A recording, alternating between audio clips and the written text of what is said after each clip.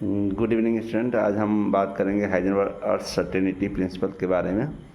तो uncertainty principle कहता क्या है? कहता है कि कोई भी सब एटॉमिक पार्टिकल है, उसका यदि मोमेंटम और पोजीशन, ठीक ना, एक साथ सिमल्टेनियसली हम लोग नहीं मेजर कर सकते हैं विथ प्रिसीजन एंड एक्यूरेसी। यही बात उन्होंने कहा है कि मगर किसके लिए? माइक्रोस्कोपिक पार्टिकल के लिए, जो छोटे पार्टिकल होता है, यानी कहने का मतलब इलेक्ट्रॉन, प्रोटॉन, न्यूट्रॉन। होता क्या है कि जैसे ही हम उसको कोई फोटोन भेज के उसके पोजीशन के बारे में जजमेंट करने की कोशिश करते हैं, उसके बाद जो वेलोसिटी है मूव कर रहा है, उसके हम पोजीशन को मेजर करने की कोशिश करते हैं, तो फोटोन उसको टच करता है।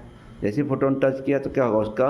उसके अंदर, फोटोन के अंदर एनर्जी होता है, तो फोटोन एनर्जी उसको ट्रांसफ़र करता है। क्योंकि कोलाइड करेगा, टच करेगा तो कोलाइड करेगा, इसका मतलब तो उसकी वेलोसिटी में चेंज आ जाता है। तो जिस ऑर्बिट में घूम रहा होगा, जैसे सोचिए कि वेलोसिटी यदि बढ़ जाता है तो ऑर्बिट के क्या होगा? जिस रेडियस से वो, जिस डिस्टेंस से मूव कर रहा था सेंट्रल पॉइंट से, वो भी बढ़ जाएगा। तो इसका मतलब आप मान के चल रहे थे कि जिस ऑर्बिट में है रेडियस उतना ही बताएगा, और उसका रेडियस कितना होगा? r प्लस डेल आर हो गया, यानी x बराबर x अब डेल एक्स में बदल गया, अब वेलोसिटी भी डेल वी में बदल गया। तो ये रीज़न होता है उसके कि दोनों एट ए टाइम हम मेजर नहीं कर सकते हैं, ठीक ना। अब बात होती है कि चलो ठीक है कि मिनिमम अनसर्टेनिटी मानते हैं कि डेल एक्स है इन पोजीशन में, और डेल एक्स डेल वी है या डेल पी है मोमेंटम के मेजरमेंट में अनसर्टेनिटी है। तो ये दोनों का जो प्रोडक्ट होता है, देखा गया है कि कम से कम यानी greater than equal to h/4 होता है, यानी कम से कम h/4 होगा, ठीक ना।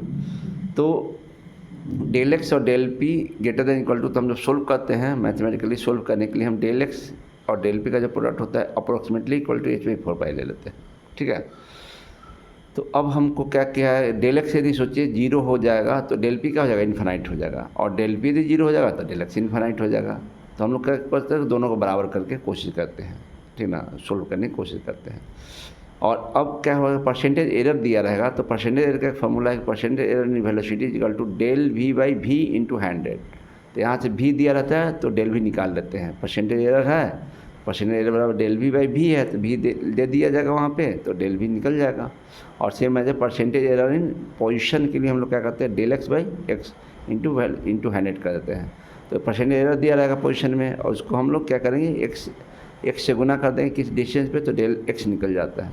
तो इसमें कोई एक निकल दिया रहेगा, कोई एक हमें फाइंड आउट करना होता है। ये दो ऑब्जेक्ट हैं, तो दो ऑब्जेक्ट का मानते हैं कि ए और बी है, तो उसका मानते हैं कि इस रिलेशन बनाना है, तो क्या करेंगे? Del x a into del p तो h/4, और डेल एक्स बी और del p b equal to h/4। तो h/4 तो दोनों बराबर हो गया। तो क्या करेंगे? Del x a into del p a equal to del x b और डेल पी बी दोनों बराबर करके सोल्व करते हैं। यहाँ से सोल्व आउट हो जाता है, ठीक ना। Thank you for watching my video, ठीक ना। फिर अपलोड करेंगे कुछ दूसरे वीडियो तो हम आप लोग देख पाएंगे। Okay, thank you.